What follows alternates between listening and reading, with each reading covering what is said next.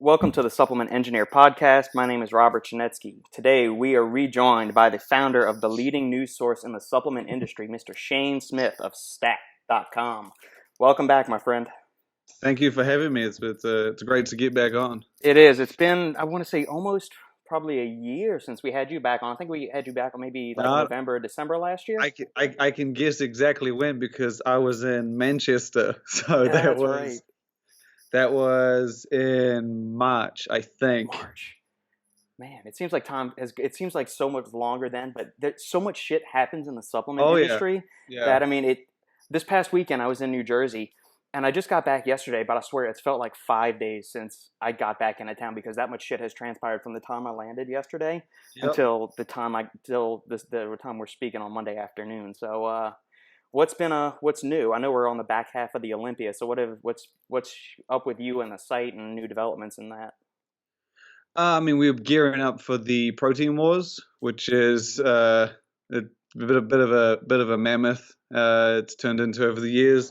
I mean, it was originally started as just like a fun way for people to support their protein because whenever we would put out our favorite, people were like, no, we like this one because it's isolate, or we like this one because it's beef, and everyone has their own defenses. And so I was like, you know what, let's just everyone vote.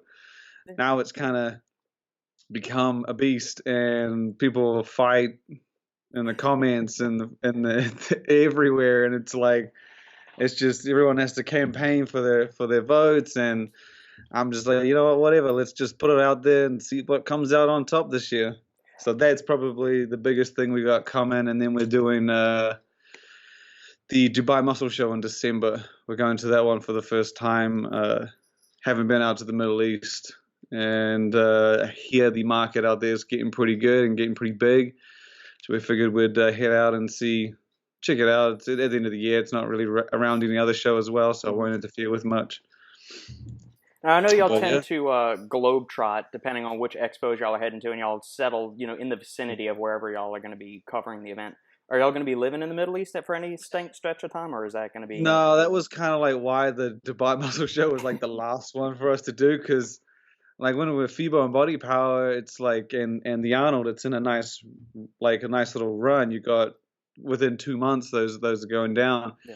and so you can live in Europe, and it's just a jump over to Columbus, and then you've got UK's got Body Power, and so they're all like within range. But the Dubai Muscle Show is not only is it like out of reach of most countries, like it's not really near anybody else, but it's Yeah. also in December, so we can't really like attach it to another one. But we figured we'd go out there. I heard it's getting pretty big. I've never been out there. So we're just going out for, I think it's 2 weeks, a week for the expo and then a week just to look around in that part of the world, and should be interesting. It should be fun. Yeah, it's a new experience. It'll be something to coverage up. I'm sure the expo will be good. I know the Middle East market in general is blowing up as far as supplements and everything go. So it should be quite an experience. Rewinding back to the protein wars, how do you go about vetting which companies or protein powders qualify? Because every week it seems there's some new brand jumping into the market. So how do y'all keep the list manageable and to companies that are more or less relevant without overlooking some of the smaller ones that might be trending upwards? We literally we put it to the fans. We put out a list. So the first year we had 32, and then it was like a 4-on-4, I think, and then it whittled it down to the last two, and then the year after that we did 40, and then we did I think it was 60. But the way we're going to do it this year is pretty much kind of the same, except our first round, instead of like dividing them all up, it's going to be just one big list, and the top 16 will go through to the next round and then go from there.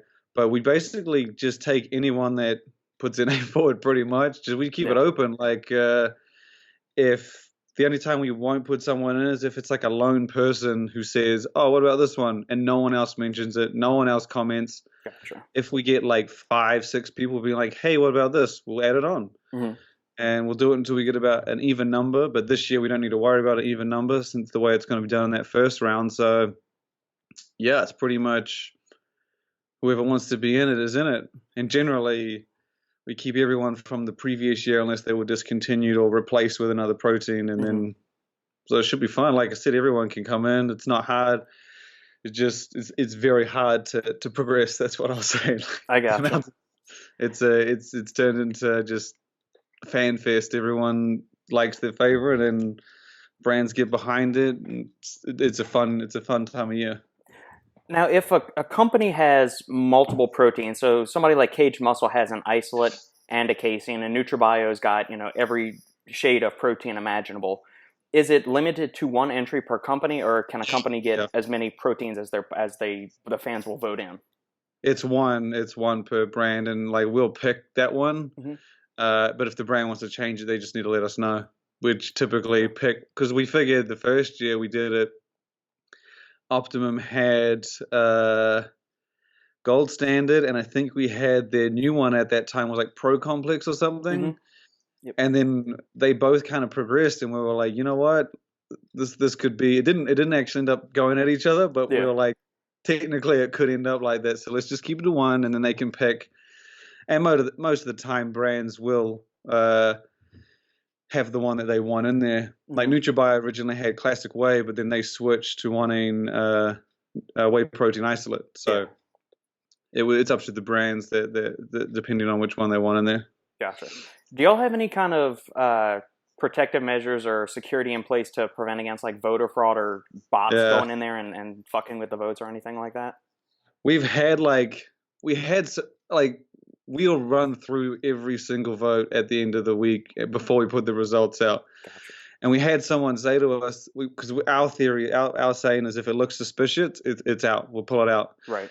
And we felt that was a safe thing, because that makes sense. If it's suspicious, if it looks dodgy, and we don't really say what we think is suspicious or dodgy, because then people who are doing that stuff will avoid that stuff. And I'm like, okay, so we'll keep it. We just get rid of suspicious stuff. And then someone commented and like, oh, so you just remove who you want to win. And I was like, oh my God, like, there's no way to get around it. I'm like, there's nothing really in it for us outside of a fun contest. Yeah. No one pays anything. No one gets charged anything. It's just a free for all to see who comes out on top. Yeah. And yeah, you get a lot of spam. You get a shitload of spam. And originally we sort of were like, we would say this brand did this, but we quickly learned that some companies were paying to get fake votes for others to make it look like they were cheating. Ah, that's screwed up. And then we realized like there were some brands we just knew that wouldn't do it. Mm-hmm. And then we were like, why would they have fake votes? And then I was like, it just didn't like add up. So we started thinking, well, what if someone actually paid and then it made them look bad and we disqualified them when they actually didn't do anything wrong? Right. So to keep everything fair, any suspicious votes we just remove. We don't disqualify them. We just remove and then count the good ones. Gotcha. Do you have anything against or for companies campaigning their fans to go out and vote for them? Say company X is in the semifinals and they say, hey, if you go vote for us, then you'll be entered for a chance to win $1,000 in our company's supplements for a month or something like that if we win. I wanted to do that. Like the first year we did it, no one did that. The first year, no one did anything. The second year, it kind of trickled out and someone was like, do you support this? And I'm like, I didn't even fucking know that was happening. Like people were doing it in like forums and chat groups and private Facebook groups. Yeah. And the thing is like, if we were to police it, it would be next to impossible almost. Right. And it would just be too hard. If I had done it from the start, maybe. But there are too many corners of the internet that like you just can't really control everyone. And for me, it's kind of at this point that it is, it's better to just be like, you know what, do what you want. Like it's like a presidency, like anything. Just go out there if you want to win it, put in the effort and market and giveaway and whatever you want. Yeah. And we'll just keep it that way. Because the people who had linked me like a forum post, and I didn't even know this forum existed. And then you had like, oh, they're doing it in this Facebook group, and I would click the Facebook group, and I wasn't allowed in. So like, it was too tricky to control, and then it just blew up too fast. And I was like, oh, fuck it, everyone just run wild. Yeah, there's not much you can do. Does it ever get? I'm sure it does, but from your spot as kind of the overlord of all of Stack, does it get overbearing or overcomplicated trying to manage all the minutia that happens in the supplement industry within a given week, let alone an entire month or year?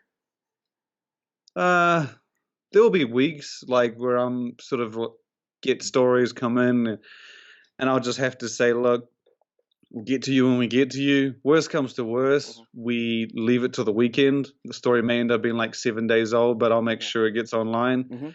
It's never been too difficult to manage. Okay. The worst thing that happens is I may not have time to do a review, so I'll do it the next day, and we do like 18, 20 stories in one day just to make sure everyone gets their time of day.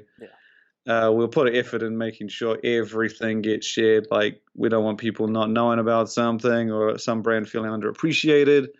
So if we follow the brand or we share news, we share it all. We do the best we can. Gotcha. Do you have any personal favorites? Not that this is going to influence the voting or the results or anything of the upcoming protein wars, but have there been any new releases this year that have kind of caught your eye and stood out, saying, "Man, that was an exceptional protein. I hadn't really tried anything like that." Damn, that's a tough one. I don't know, to be honest. Like, I don't really have a favorite. I have like my go-tos. But my go-tos are based on the fact that when we go around, when we travel a lot, I like to rely on a protein that I know, right. And things like Gold Standard, even though it's like Optimum, it's everywhere. So I can go to Asia, I can go to Australia, I can go to Europe. It's there. I'm not going to have to look to see if there's added maltodextrin. I'm not going to have to look to see like if there's too much concentrate. I know I can handle it. So I don't really have a favorite. I have my go-tos. Would be ISO 100 and Gold Standard Whey. That's just purely because they're everywhere in the world, and it's. I mean, sometimes I've been to stores and I don't see fucking anything I know, but you have to do a little bit of research. But I like going and I know what this tastes like. I know it's going to be shit. I can buy 5 pounds of it. Yeah. But I haven't had a protein. I haven't really had a protein that kind of stood out. The thing is at this point, it's like the energy drink game. Everything tastes good. Like if you do a shit protein, like I haven't had one that I threw up or spat out. Like, they're all good, and there are quite a few that are great. It's hard to. I do like the ones with the extra like pieces, like the chocolate chips, cereal bits. Those are yummy. You can't. But then again, sometimes I want just a chocolate. It's a. That's why we have the protein wars. I'm a bit of a. Of course, not everyone's going to be like me, and so we want to see what everyone loves. So yeah. Have you gotten any requests to do an alternative protein wars contest? So you stack plant proteins or any kind of other alternative protein against whey protein, it's going to lose every time, except for maybe the granola-iest of the granola eaters out there. And so, for my money, no plant protein or any other kind of alternative protein will be, even egg protein won't be able to hold a candle to a whey protein or like a whey casein blend. Have you gotten requests for that? And if so, do you ever think that'll be come to realization? We have, but the funny thing is we only ever get those requests from brands that make those things. Okay, so it hasn't been from the consumers. It's not consumers. So we haven't really had there'll be people who'll be like, oh, you should put this vegan protein in. And we've put them in over the years, and they get smashed, in a heartbeat. So I'm like, if I did a protein wars that was vegan-based, it's not going to get too much attention, I don't imagine. But then the issue is like, oh, why did you do a vegan one? Why didn't you do an isolate one? Why did you do an isolate one? Why not a? And I'm just like, fuck it, I'll just do a whole group, and we'll just leave it at that. And I mean, it's we have thought about it, but again, if you do plant-based, then you got to do, I don't know, post-workout, and like I said, blends and gainers, and then it just gets too complex. And it's like, let's just keep it at this, and let's just see how it goes.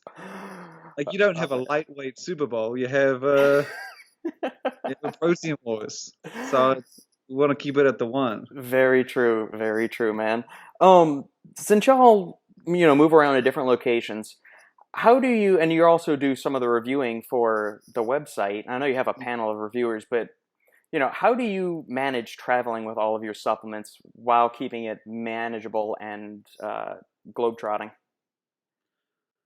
Well, I don't. There are certain countries that I'll go to that I won't take stuff with me, like protein powders. I know you can't take, well, you can, but where I'm from in New Zealand, I know there's like a really strange rule that you can bring back 4 pounds sealed, but you can't bring back more than 2 pounds opened. So I'm like, okay, so I leave pretty much all my proteins at home because I don't want to carry that much weight anyway. I may take some capsule products, some essentials, but I'll pretty much buy my whole new stack wherever I go, like vitamins, fish oil, protein. But I also have a sort of what do you call it? A consolidation place in America. It's like a company, and they collect everything, and they'll ship it to me wherever I am in the world. That's convenient. Some places I won't ship to because I know getting in the country is like crazy difficult. We were in the Czech Republic, and someone sent us a box of, I think it was energy drinks and pre-workouts, and they gave a free hat and a free shaker. And then the customs stopped it and were like, "Hey," and I didn't understand them. They didn't understand me, but they said we have to send this back. And I was like, "Why?" And they said, "There's a bottle a plastic shaker bottle in here, and it's not on the invoice." And I'm like, "Yeah, it's free." And they were like, "Yes, but it's not on the invoice." And then I got the invoice sent with the free shaker, and they're like, "Oh, it's too late. We sent it back." And I was like, "Holy fuck! Like, it would have cost you so much money to send that back." And they sent it back. So some countries, I'm like, if it's not English speaking, and I can't get like the entire rule set, I just won't do it. Or if I don't know someone in there that can offer me advice, I'll just buy within the country or bring with me. Because when we were in Prague, and like you could bring just regular supplements, and they didn't seem to care. I didn't take any protein powder, but yeah, I didn't really had less problem than shipping it in. Yeah. I've gotten to the point now, if I'm doing a weekend trip or something like the Arnold or the Olympia or something like that, I've gotten such conflicting opinions from TSA agents. Sometimes they'll let me fly with an open tub of pre-workout in my overnight bag. Sometimes it has to be sealed. And I said, screw it. I will not travel with any supplements now unless it's like a sample pack of something that's sealed. And I won't even go with protein bars because one time the woman said, nope, you can't take any food. I said, it's sealed in the wrapper. And she says, nope. And she threw away like 3 protein bars I had packed with me. And then just this weekend, coming back, I had 4 or 5 in my bag, and there was no issue. So maybe the TSA agents don't have their own shit figured out, but it seems like, and I get questions a lot of, can I travel with supplements? And I said, well, depends on how that TSA agent's feeling that day. I mean, I've never gotten consistency with it regardless. As far as I know, you were allowed, but we have a check bag with us. We always have so we can just throw shit in there. Yeah. But I did travel with a box of protein bars once because it was like a crazy good deal. And I was like, I'm not going to fucking turn this down. And we didn't have room, so I put it in my carry-on. And it was in my wife's carry-on. And I went through the fucking scanner. And like as soon as they saw it, they shut down the security. And I was going, oh shit, someone's done something. And then I'm like, hold on, that's my wife's bag. And she's standing there, no one's behind her. I was going, oh fuck, what did she do? And like, the guys come in and they're like, is this your bag, ma'am? Like really intensely. And she's like, yes. She's like, and so she steps back and I was like, the fuck's going on? And then my wife was like, I can open it. She's like, don't touch the bag. And I was like, holy shit, what the fuck?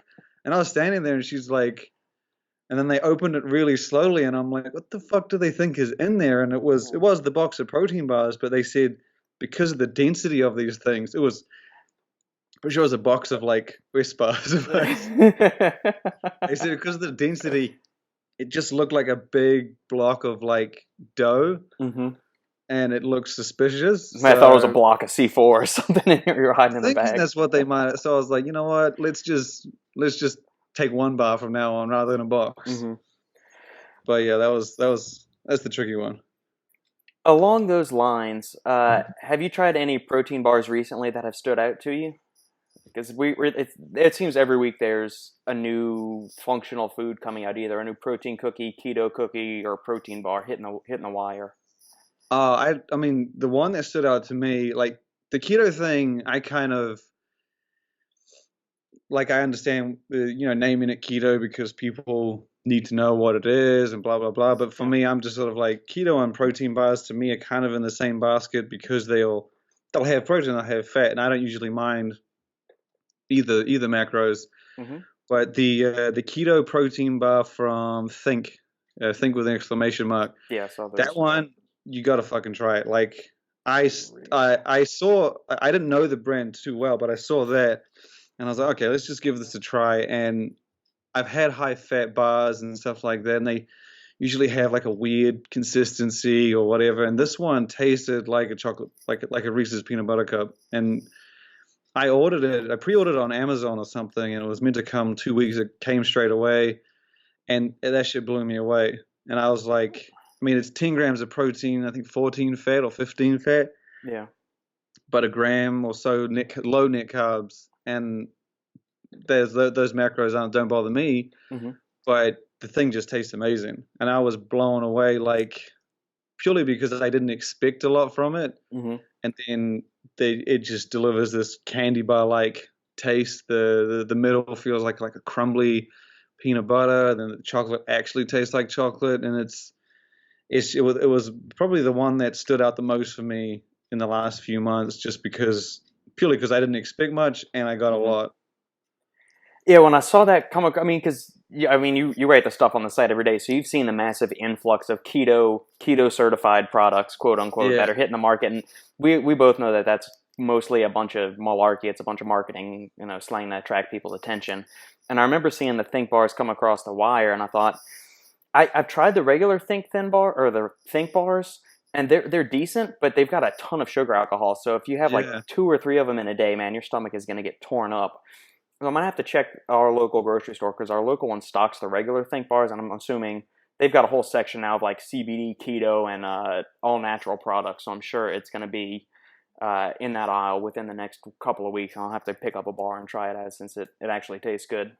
It is pretty, and I haven't had the regular Think bar, but I assume since they were in so many places, I assume because they were available everywhere that they probably weren't that great, which is like a lot of the case sometimes. Right. But that one, just like I said, it blew me away. It was just so damn good. And of course, it's high fat, but like some brands will do high fat and they still taste like, I don't know, just a regular protein bar, just not too different. But this one was, very special.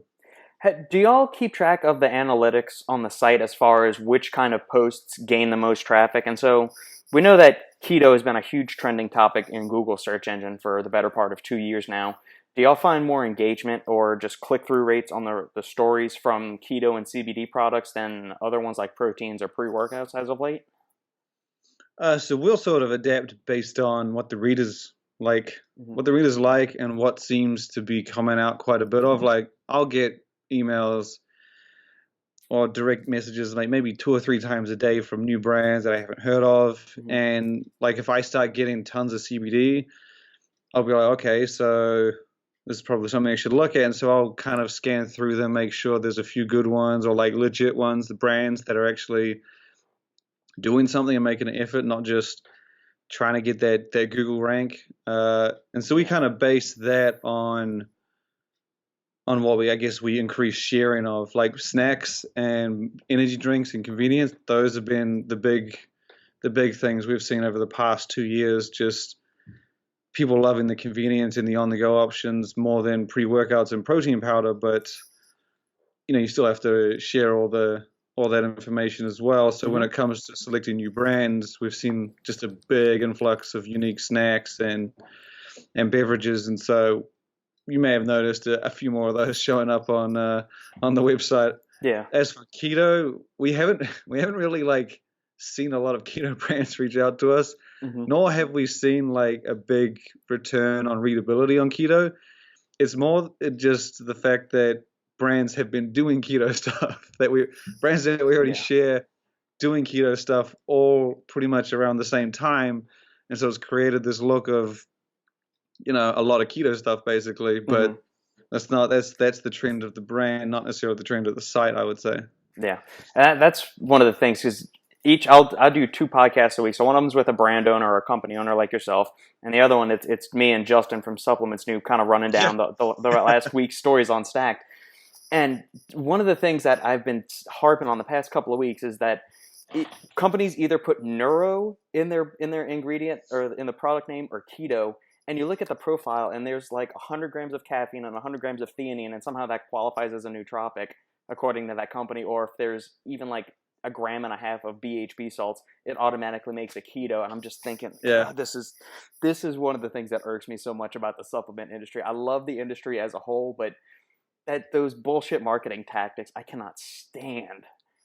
You get to the point where though someone who comes out with a legitimate like full dose, hybrid focus pre-workout, they then kind of have to join in and put that neuro name in their title to just get the attention. Otherwise, they don't get the credit for it. So it's I always kind of like it like someone will do something good, and then everybody will just jump in and do the same, and then it becomes just like it's watered down and it's confusing. Like birthday cake, protein powders, the cereal pieces, the citrulline at 8 grams or more. People will do 10 and 6, and it's like once someone does something cool and good that looks like does well, everybody will jump in on it and be like, you know what, we'll do it, and then eventually it doesn't become special anymore. It becomes overplayed, like your top 40 songs.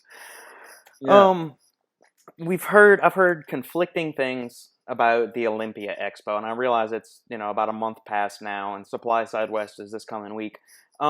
As somebody that covers all of the happenings in the industry, what was your personal take on the Olympia compared to years past? I just thought it was less, just a lesser Olympia. I mean, it still had that. Like when you walk through the doors, if it was your first Olympia, if you'd walk through the doors, you'd still get that big wow, because they still always put the big booths at the front. Yeah. Still packed it out so you can't really see past, and it's it still had that effect. But as you walk through it, it just got much less, much faster. Like I would say my favorite one might have been 4 or 5 years ago. And they sort of had both levels covered, both levels filled. You had big brands all over the place. This year it was just mostly the first few rows were big, and there were kind of columns missing off the side, I felt, and they didn't go back as far, and the booth seemed a little bit more spaced out, and it didn't seem like the crowd was as big. Like the first year I went, I remember getting in at 8, and there'd just been lines out the door, like didn't want to join that, but I had to. And it just wasn't that. And like even if it was the same as that, it would have been okay. But last year it was lesser, and then this year it was even lesser still. So for me, I had concerns. I was like, maybe next year it's going to be better. I've seen other expos do like average one year and come back the next, but this year it was lesser again.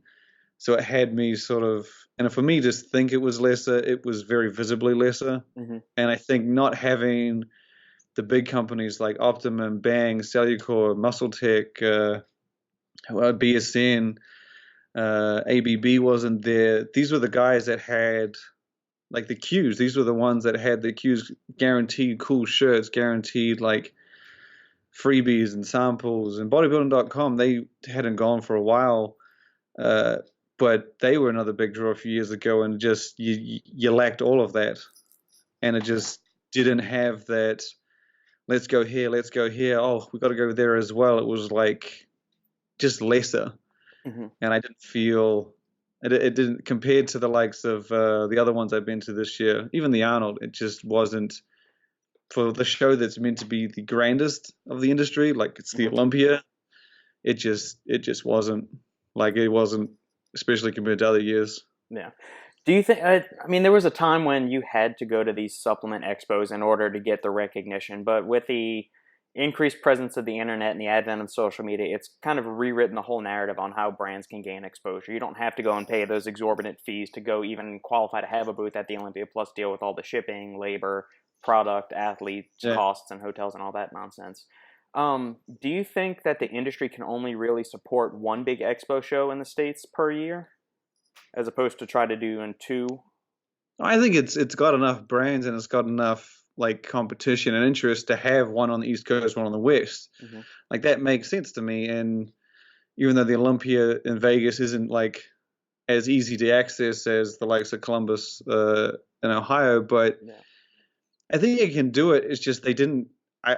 Maybe they didn't adjust with, like you're saying. There's so many opportunities now, and I hear from brands all these stories and complaints, and it doesn't sound like they adjusted or tweaked or changed to fit the needs or fit the the interests or anything like that are just like, if with the increase in competition online, you maybe make booths a little cheaper, or maybe help them out, or do something to gain interest. And I still feel with Optimum not going, like, and even though they had been there every year I had ever been, if they didn't go, you should have probably stopped and thought, why aren't they going? Like, they used to go big.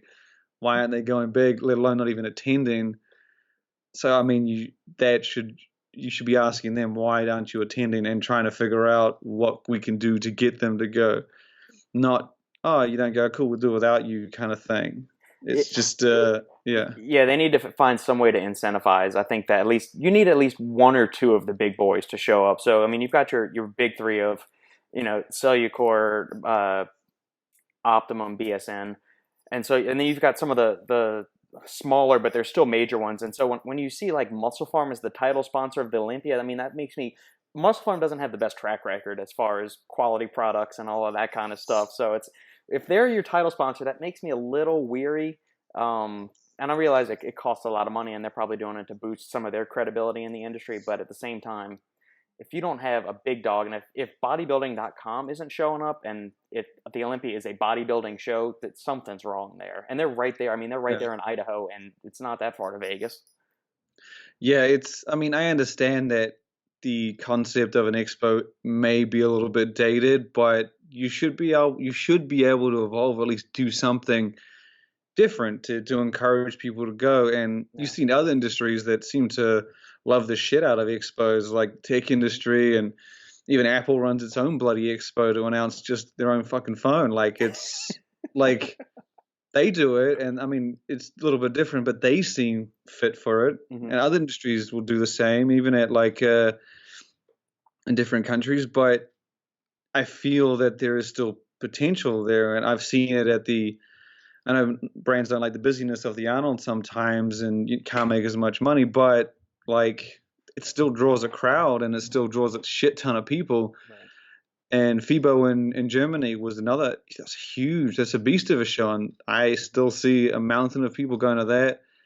I think it's about getting with the times, and I guess tweaking the experience and offering more incentive, I guess, not just for the brands, but the consumers. And Vegas is a tourist town. Right. There's like tens of thousands of people there each day. Yeah. Surely you can do something to drag them over, or like try and touch it, but you just don't hear outside of the Olympia. You don't see any marketing towards people in the town like you do at the Arnold. It's just, yeah. So I mean, it was still a good show. There was still a lot of exciting things, but just lesser than previous years, I would say. Yeah.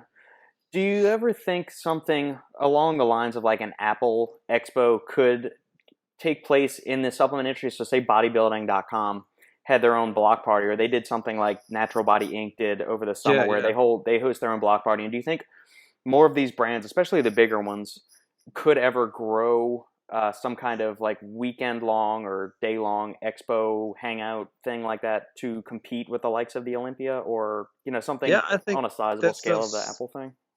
I think that thing is a great idea. Like, Natural Bodies is a great example.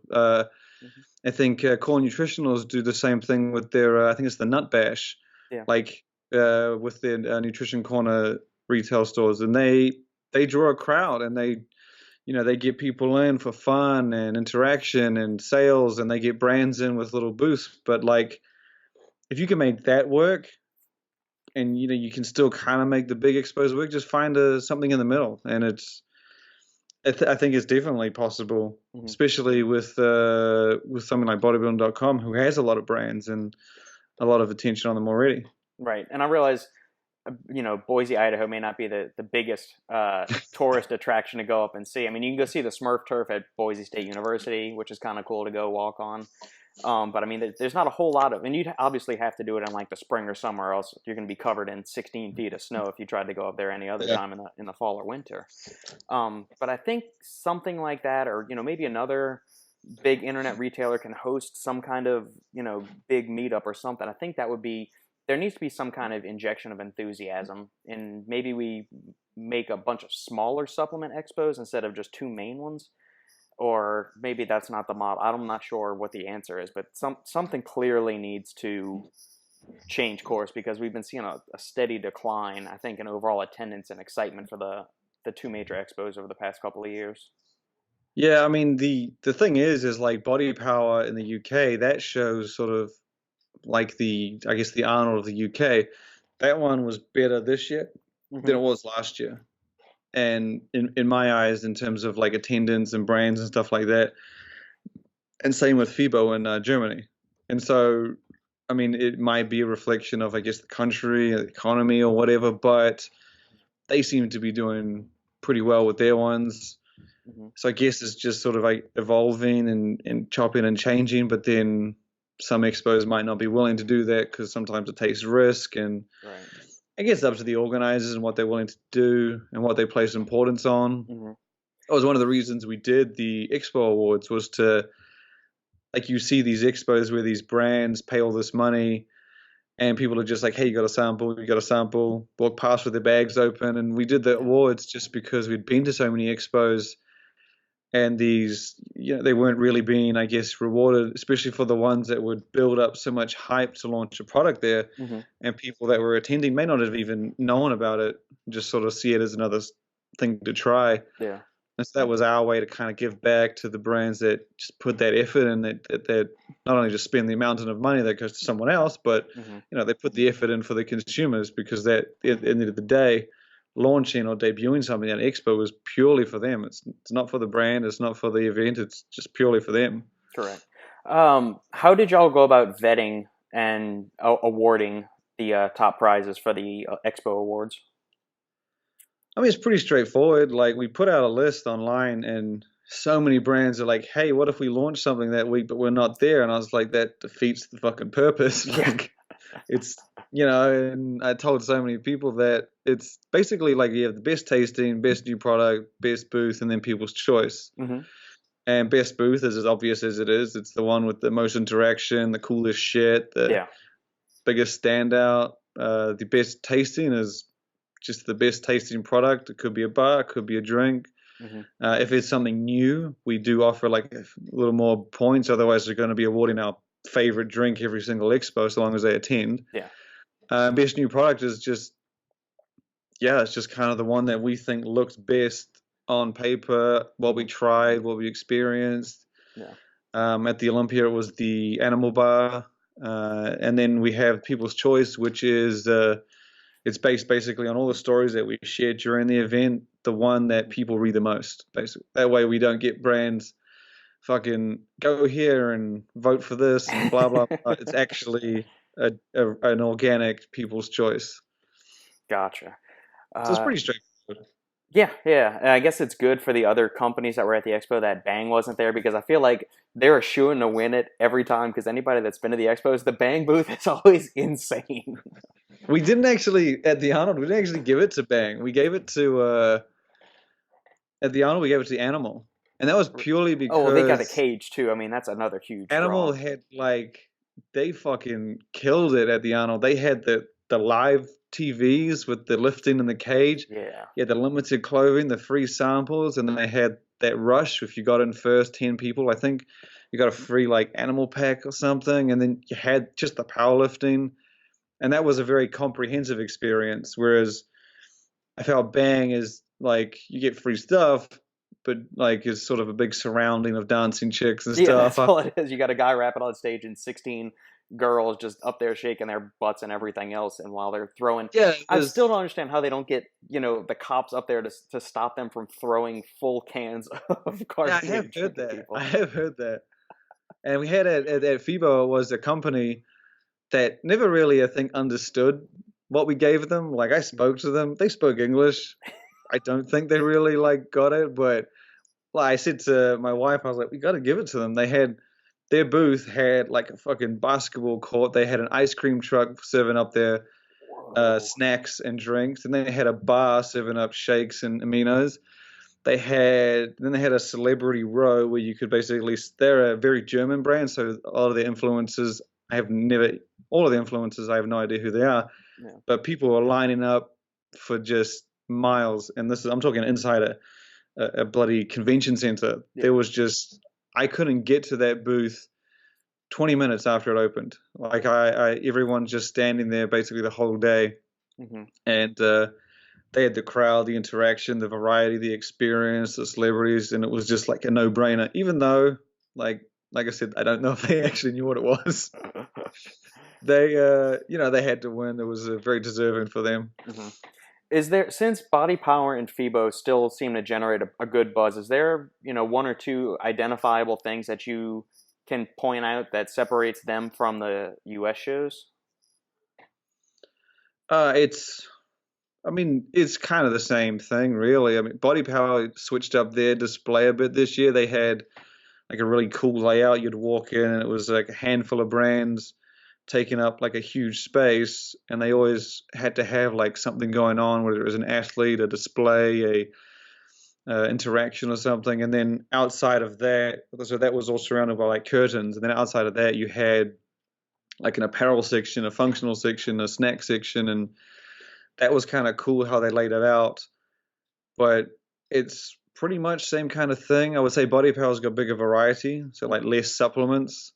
Yeah. Whereas FIBO is if you've ever been, I tell this to everyone, it's an animal. It's unlike anything else in the world. If you can imagine going into like I picture it as like an airport hangar, or like just an airport. Like this is this big walkway, and as you walk down it, there's like a hangar to the right, and it's just the size of the Olympia, mm-hmm. but for like clothing. And then the next one, and it's again same thing, but for like gym. Wow. Next one, and then it's like natural stuff, and then like you finally get to the fucking end, where if you walk from the entry is like a 10-minute fucking walk, and then you get this 2-story convention center, which is for the supplements, full of supplements only.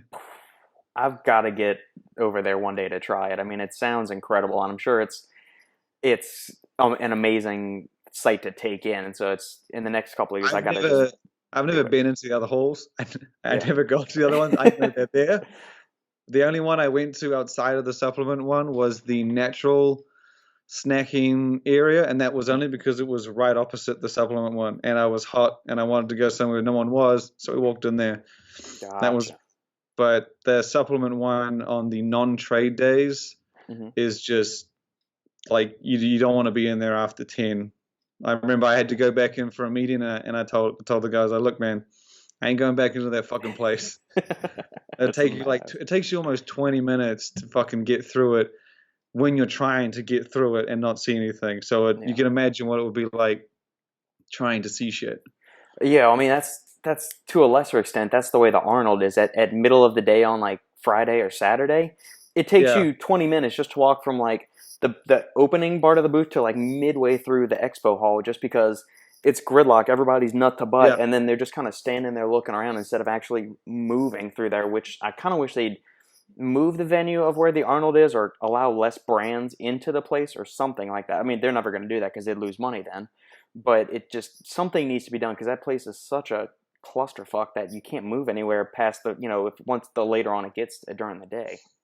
If you can imagine like the Arnold, but much larger convention center and mm-hmm. much bigger aisles, like twice the size, but still the same density. That's FIBO, but 2 stories. Damn, man, I gotta try it one day. It's pretty intense, and like, I mean, it's one of those shows that just will open your mind. And the thing is like European brands, mm-hmm. the supplements they have are not even remotely the kind of things that you're used to seeing in the US. Can you give us an example, maybe? I remember I went to a meeting with a company that knew who I was, and I hadn't really met them before mm-hmm. or knew of them. And they were like, oh, this is our 3 latest products. We introduced them at the show. And I was like, this should be cool. And they were all amino tablets. All of them were amino tablets. One of them was based on the balance of EAAs in salmon. One of them was based on the balance of aminos in a beef. And I think the other one was like just a heavy BCAA one. And he was like, what do you think? And I was like, to be honest, I haven't seen an amino tablet in about 3-5 years maybe. Yeah. But the fact that they were so excited about it was like, man, and people were raving for it. People were buying it. I was like, man, I must be. That was kind of why we like going to those shows, because you don't really understand the market until you kind of just see the interest, and these companies all put importance on them for some reason. So, and they clearly do well. Otherwise, they wouldn't be making them. So it's a different animal, and now I'm kind of used to what they present and what they show, and I mean again, it's just a different kind of animal, really, but an animal nonetheless. Yeah, that's, we're always talking about there is innovation in the supplement industry data, and that's an example of something that's innovative, taking the amino acid profile from, that's something I've never wondered why other companies don't do that. We know that whey protein is highly bioavailable. There's numerous studies showing that it supports weight loss and lean muscle building and all of that good stuff. Why don't they simulate the EAA profile of whey protein and put that into an essential amino acid formula? I guess either there's not really a need to, since you have whole whey protein and it's probably expensive as shit to do that, or mimic one that mimics the exact ratio of amino acids in human muscle tissue. Or I guess it might be a bit cannibalistic. I'm not sure, but I've heard of similar. Like, I've heard of people doing that. Yeah. But the thing is that they get washed out. I think you put with something so broad like a protein or an amino, it's like, oh, we spent a year getting the right ratio, and then someone's like, I need an EAA. This one looks cool. Like you get drowned out in categories that are huge. Right. Even in pre-workout, someone says, I've been working on this pre-workout for like 2 years. It's the perfect this and that. And people try it and they're like, oh my God, this is the best pre-workout. And then someone else will say the same damn thing, and they'll be like, shit, maybe I got to try that one too. And then they're already gone. And it's like, I can imagine that's a bit what it's like for brands, but in Europe, that amino tablet kind of market, everyone has that kind of stuff. Like most big guys do that. So it's a bit foreign to me, but they obviously, for them, I guess that's their maybe energy amino type category where everyone kind of does energy something with something a little different. But as cool as, like, I like it when brands do that. They'll come to me and they'll say, hey, we got this new pre-workout. And I try and get the passion and the excitement behind it. And then they'll be like, oh, why do you think people stop talking about it? I was like, well, because, it's been 6 months and 6,000 other pre-workouts come out. So it's like the phone market. I say that to everyone. I used to get a new phone every like 2, 3, 4 years back in the day. And the only reason I want a fucking new one now is because they make these little tweaks that they've done sound so damn exciting, and you get it, and it's not that much different, but you'll be lining up a year later to get the new one. Yeah, I'm convinced that when Apple releases a new phone, they start making the other one shittier, because I have a 6S, I think, and it's worked fine. Oh, but within like the last 3 months, I'll turn it on, and if I try to run 2 apps at the same time, or so if I'm using one and there's just one on in the background, the phone gets super hot, and then it drains the battery and it shuts off immediately. And I'm thinking, is there some like backward design AI they got working in the back there that it just makes the phone shut down since they released the X or 11 or 12, whatever number they're on now? I don't even know. I remember someone telling me that things like computer parts, I used to kind of make my own computers until I had to move to a laptop. But like they would say that under regular temperatures and stuff like that, parts could last up to 5 to 7 years. But under intense heat and shit like that, that can shorten drastically. So I was like, okay, so if I use and a mobile phone's already packed into such a small space, right? I suspect that like a lot of the time, age is a big fucking number on these things. Yeah. And I tell my mom, my family, like, get a new phone every like 2 years, because selling it at 2 years rather than when it fucks out and can't be sold, it's much better. Yeah, that's and then true. you get something new. But like I said, they make it hype it up so much. Like they put things in it, like, I'll get a third lens for your camera. It's fucking extra speed and extra RAM, and I'm like, you know what? I do need that. Let's get that. Or the latest trick I saw, and maybe I'm a few months behind on this, but doesn't the latest iPhone have like facial recognition, so you don't have to push the home button. You don't have to enter in some kind of password key. You just look at the phone and it turns on or something. I'm thinking I had that on my last phone. I don't have an iPhone, but I had that on my last one. yeah. And it was facial recognition. You look at it, but my new one, I was like, you know what? This is meant to have a better camera, but they've hidden the camera behind the device itself. So when you use the front-facing camera, it has to pop up. So it has to like mechanically pop up out of the top. And so I had to turn facial recognition off because every time I look at it, I have to wait for the camera to pop up, and then fuck it, going back to the old digit. Yeah, I'm thinking, what happens if you get a black eye or a broken nose or a cut on you cut your face shaving or something? I mean, does that fuck up the whole facial recognition? You're locked onto your phone or something? I like to think they figured that one out, but yeah. But that's my comparison. I'm like, and with pre-workouts coming out so often and people making claims similar to people who put their heart and soul into these things, you have to expect consumers to believe some of that and be like, okay, I'll give this one a try. These guys said the same thing, and it's you have to have shit coming every month or so now just to keep people excited and interested. It's just, especially in America where the amount of new brands popping up is just insane right now. Yeah, have you tried any new pre-workouts lately that have really caught your eye? My number one is still Hypermax from Performax. Yeah, that's a good one. The thing is like, because I don't change my top like 5 because I like these ones so much, people be like, oh, you need to update your list. And I'm like, no.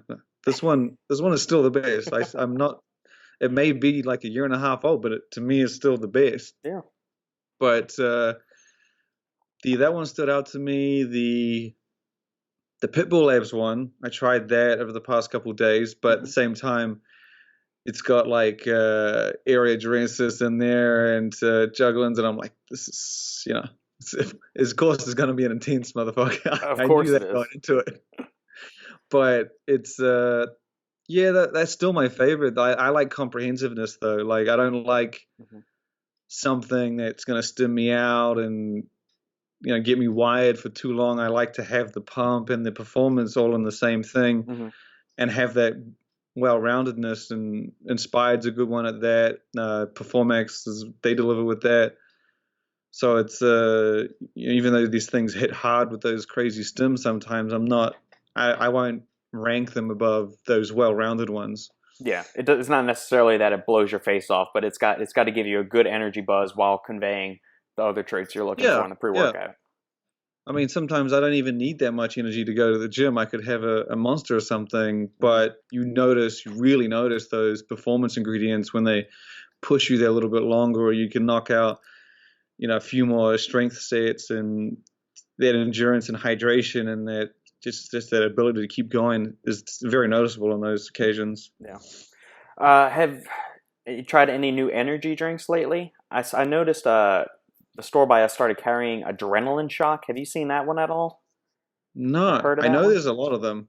Yeah. After we started sharing a few, we've got like tons of people kind of sending in, oh, you should check out this one. You should check out this one. And it's sort of like, you can only cover so much because I don't want it to seem like a energy drink site. We just sort of try to cover the big ones, interesting ones.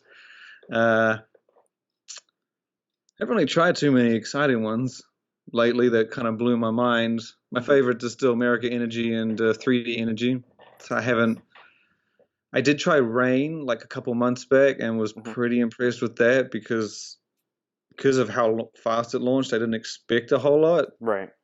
Coming from Monster, I expected something similar to Monster Ultra, but man, they delivered with those, I think. And that was probably the best new drink I've seen for a while, purely because all those flavors are fucking good. Is there a certain caffeine amount that you like with your energy drink, or do you respond pretty evenly to, a Monster, which may only have like 160 or 200 milligrams of caffeine versus a Rain or a Bang that's got 300? Oh, I like 150. Like I'm a 150 person. Monster Ultra like 160. I'm not a big fan of the 300. Like even when I drink for reviews, I get shaky. Just it's a lot to take in for an on-the-go beverage for me. I mean, I don't mention it like on reviews because I know other people love that amount. Like clearly with the popularity of Bang. But I'm a 150 person. But obviously, with the popularity in that 300 mark, just got to deal with it, I guess, and judge on flavor still. But I'm 150, which is, I think the Merrick is 200, and the 3D Energy I thought was 180, and those are right in my wheelhouse. Monster Ultra, though, still sort of, again, that's like my go-to purely because, like Gold Standard and ISO 100, that shit is everywhere. So if you like that, that 150 to 200 range for your energy drinks, do you do a full 2 scoops on Hypermax? I do, like, when it comes to a pre-workout, I judge the pre-workouts based on their max because I know that's what other people are going to be taking. Okay. Like, I like that amount for energy drinks, but for pre-workouts, I do the max. My preferred amount for a workout, maybe like 350, 400, around there. Mm-hmm. Upwards of 500 round, I get a little bit like my stomach starts to turn a bit. Yeah. But then I can work off on 200, 250. But typically, if I have a pre-workout, I won't have an energy drink throughout the rest of the day. It'll be too much, and then I think it just compounds with the pre-workout, and I end up feeling sick at that point. I gotcha. Yeah, I would say I'm more or less the same with energy drinks in that if I have one, I see. I mean, I've got James Gracely, who used to be the vice president of specialty accounts or something with VPX. He's moved on to another company now. He's with Ignite. Yeah, he would send me some bangs every now and then, and so I've still got like a case of them there, or a 12-pack sitting up there because I don't drink them all that often because we've got pre-workouts, and I'm not a huge stim guy. Just during the day, I'll take one full serving of a pre-workout, and I'm usually set for the rest of the day.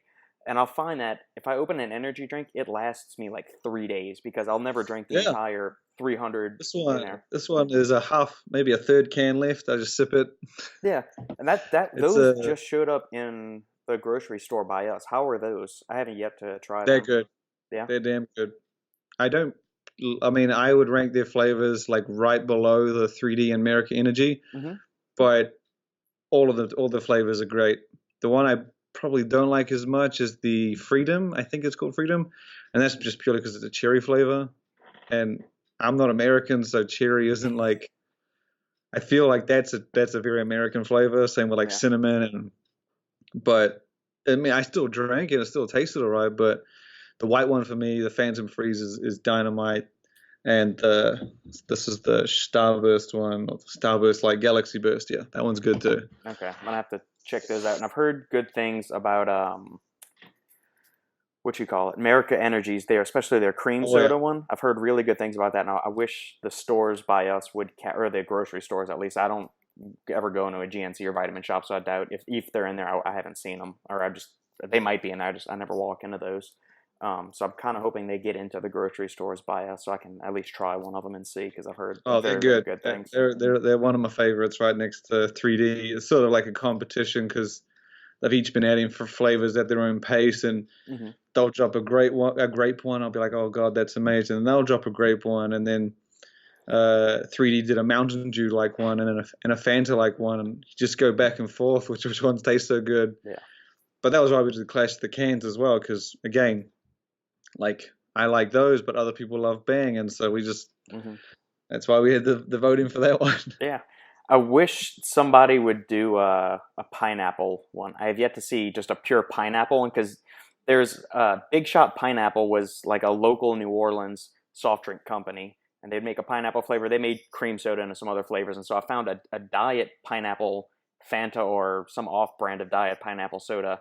And it tastes exactly like the sugar-filled one from when I was a kid. So I'm praying that some supplement company out there makes just a straight pineapple-flavored energy drink. Not pineapple mango, not strawberry pineapple. I mean, that would be good, but just give me pure, like, super sweet pineapple, and I would be perfectly happy with that. I feel like that would be a very specific flavor. I feel like, as much as I like pineapple, I feel like it's too specific. I feel like it's too... It is, yeah.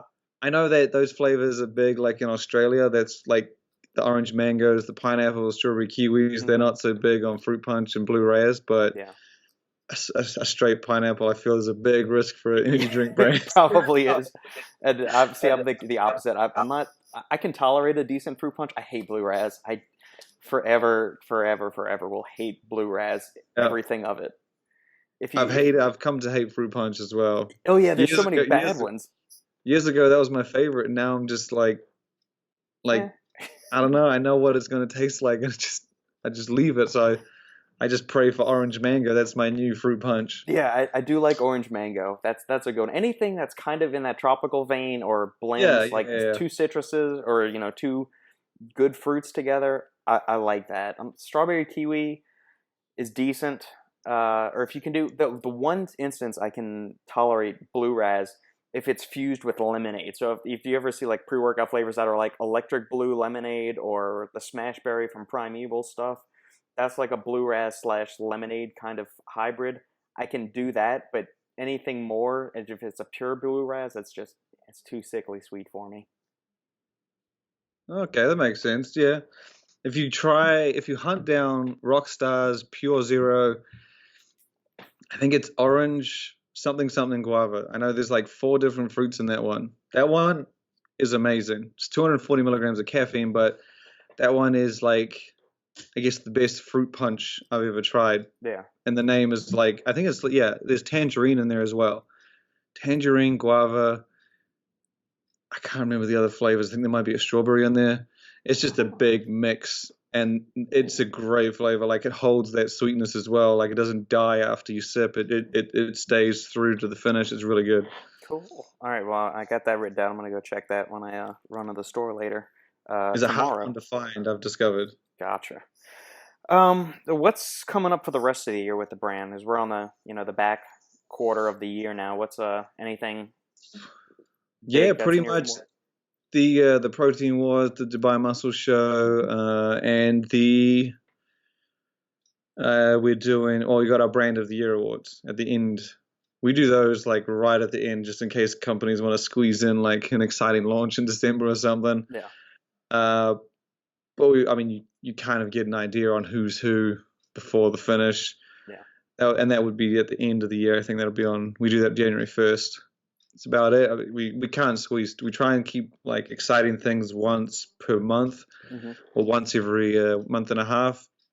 Otherwise, it's just too hard to focus on everything. But the brand, it's been a pretty interesting year, so it should be fun. A fun finish. Is that voted on by the people, or do y'all pick that on the staff? No, that's literally just me thinking who's cool. For as long as it's run, like the first year we did it, that was what I did. I was like, I'm just going to pick some cool brands. I didn't give any reasons, really. I just said these guys are cool as shit, and they launched 3 things that I liked. Yeah. And then the next year, and then the next year, and then eventually people started asking, like, what can we do? How do you judge it? And I was like, I don't fucking know. Like, you shouldn't be asking me what you should do. You should be just doing it. You should be telling me what you're doing, and I should be like, well, that is cool. Like, we've always I have given explanations, but at the end of the day, it's, I guess, the brand that I think did the most consistent amount of cool stuff, basically.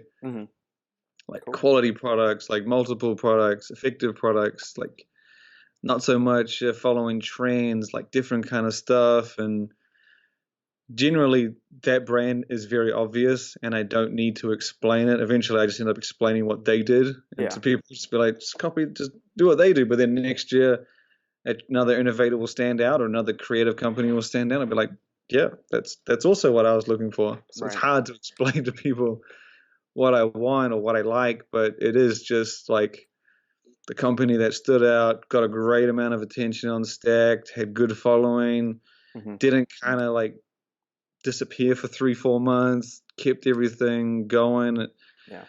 They usually stand out to me around now, actually. And then I'm just like, I guess that's going to be the winner. If anything changes at the end of the year, we'll count that. But it's a hard thing to be able to do that, to stay consistent throughout the year. Like most brands will launch big stuff and then kind of fade and come back. And we like seeing that consistency, that effort from January to December. So it's a fun award. Brands always hit me up and say, hey, why didn't we get it? And I just told you, man, like, if you did what they did, you'd be in there, but you didn't. So Yeah, immediately jump on mine. I can think of 3 or 4 companies that have really done an exceptional job this year of just releasing a ton of good formulas consistently. Like every month or every couple of months, they've released something that the formula just kind of jumped out and caught my eye. So I'm curious to see what your top pick is going to be at the end of the year. I'm not going to say anything, but do you mind sharing your 3? I'll tell you offline. I don't want to irritate any companies that might listen to this podcast. I'll Yeah, tell see, you as soon as we end this interview. that's the thing. I sort of don't like people are like, "How do you think we're doing for the year?" And I was like, "Don't ask me that. Ask yourself that. What do you think? Yeah. You think we're doing well?" And then they'll say things and December's the worst time because that's when I get people emailing, "Hey, did you see us do this back in so and so's?" Look, man, I saw fucking everything. Okay, you don't need to remind me how well it did, and it's just judged how it judged. And the thing is, coming to me in December or November, it's already too late. And the fun thing is I like giving it to those. I like seeing those reactions from companies like that weren't expecting it. They were like too busy putting their ass into gear and stuff, and you just say, "Oh, you're brand of the year." I'm like, holy shit, really? Yeah. And that's generally the case. It's those guys that put in the effort, the hard work, aren't following trends, doing different things, standing out in their own way. Those are the guys that we end up giving it to year after year. I think it's just, it's a tough. It's fun. I think I don't want to put it to vote just because, again, you run into the protein war situation. Yeah, all the lobbying for votes and all of that stuff. Yeah, I would say just keep it between you and the staff. Yeah. Yeah, and then it just comes down to tricky. So I was like, and it's always been just me. My wife gives a little feedback and sort of bounce back and forth, but just keep it fun. It's not meant to be as big as people have made it, but I guess that's just how it plays out. Cool.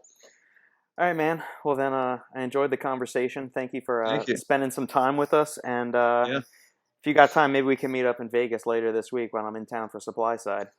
I am only in Vegas coincidentally for supply side, and so I have no plans for it. But I'll definitely have time to catch up. Cool. All right, man. Well, then, thank you so much, and we'll be in touch like we always are. Awesome.